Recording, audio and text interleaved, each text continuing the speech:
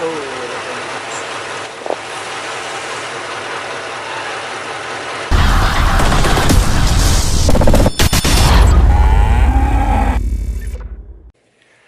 Palpation Nation, welcome to the vlog. It is a chilly minus 21 Celsius. I'll do the Fahrenheit conversion right here.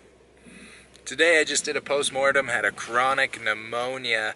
I didn't bring my camera out, I'm sorry. I have, what do I have? A chronic pen to look at, so look at some animals that may need potentially to be euthanized. And then I have a bloat surgery, and then I have another post-mortem. And yeah, so far that's what I have on the books for today. It's been real cold in Canada, I tell you what. So, respiration rate looks normal.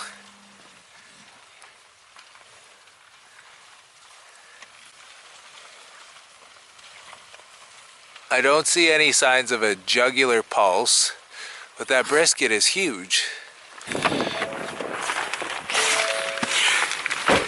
Okay, it was a pretty simple chronic pen check. That critter, he had been pulled off of a load to go to slaughter because he was a suspect congestive heart failure. So the veterinarian had noticed a very large brisket. Now, that animal's been in this pen for 3 weeks without any progression of clinical signs. I do not see an increase in respiration rate. I do not see a jugular pulse. I do see a big brisket, so they're going to go ahead and harvest him, and I'm pretty sure he will be just fine. If an animal goes to slaughter with congestive heart failure, that animal will be tanked, so that means that that carcass will be thrown away, and sometimes the producer can get charged for that tankage fee for sending an animal to slaughter that was not fit for consumption. Sometimes you just don't notice them, or you don't know. The clinical signs are not obvious, but when we do see them, then we pull them out of the pen and we monitor them. If they progress to congestive heart failure, then we go ahead and euthanize. But in this case, he's doing just fine. But that brisket was huge, so that's weird. Anyways, okay, we're gonna go to the next feedlot.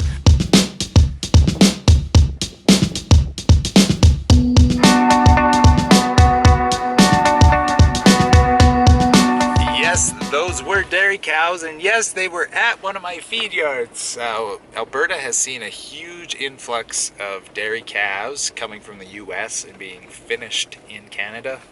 I'm not a cattle buyer, don't ask me why the market metrics indicate that that's a good idea, but yeah, these Canadian cattle guys have been loving these Holsteins in the feed yard, and they do well. They're very well vaccinated, very well taken care of, so they just drop them in feedlots and they're just like tickety-boo. Here's some real beef cows.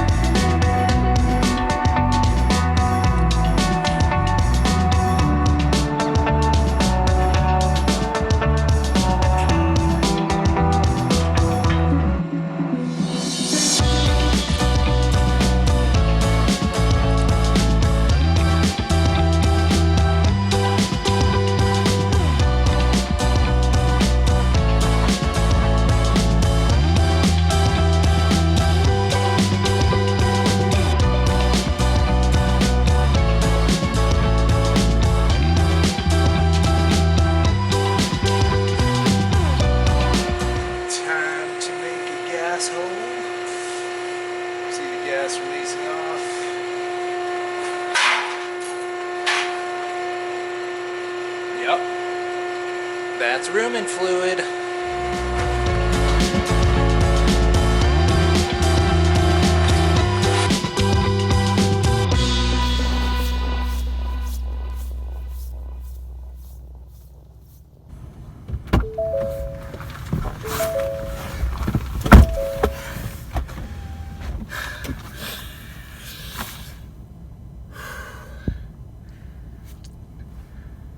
all finished the bloat surgery. Everything went fine.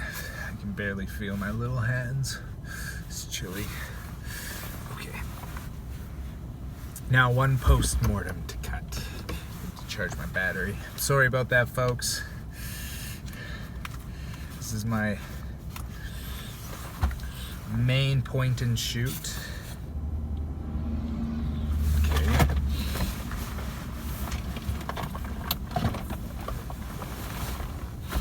Then this is my backup. My GoPro. It was dead. A lot of help you word, GoPro. You might be dead. Cody's gotta get a new GoPro. We'll see. And then my camera, my phone camera, which is still like one of my favorites. Do you guys remember the broken leg baby? The one where it was just one scene and that was it? That was all shot on my iPhone. So it's an excellent vlogging camera. Oh, the GoPro! Okay, I did not show you the deads, but I did bring back the pathology. So this guy had a suppurative bronchopneumonia. See the pus pouring out of the bronchioles. Then this guy had an AIP, an acute interstitial pneumonia, or an atypical interstitial pneumonia. You can see normal lung, and then the interstitial pattern down there. Affected, not affected. So AIP can be either metabolic, or it could be viral in origin. So metabolic pneumonia from cattle on high ration, and viral pneumonia from PI3, BRSV, those types of viruses. So you never know until you do histopathology. This time of year, could be either or.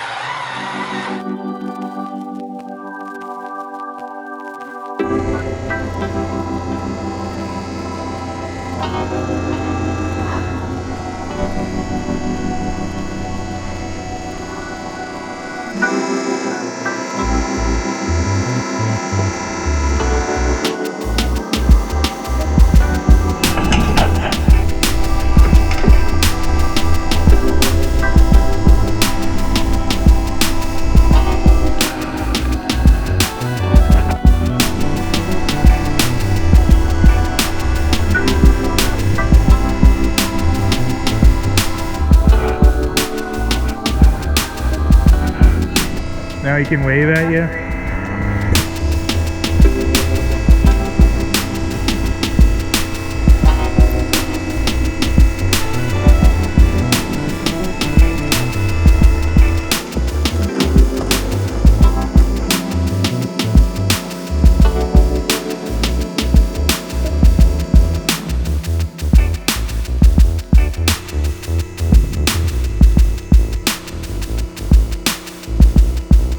So that was an interesting call. That animal was noticed by the pen checkers just at 2 o'clock that he was bleeding and he looked a bit weak. And I came about an hour later and the ear was bleeding profusely.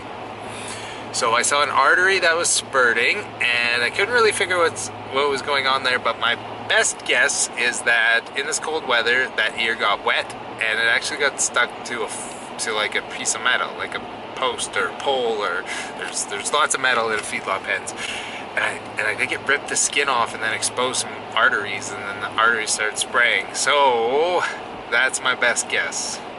That might be a bit of a reach, but that's what it looked like to me. There's just a giant patch of skin missing on an ear randomly and blood everywhere. So the whole like licking the flagpole thing, right?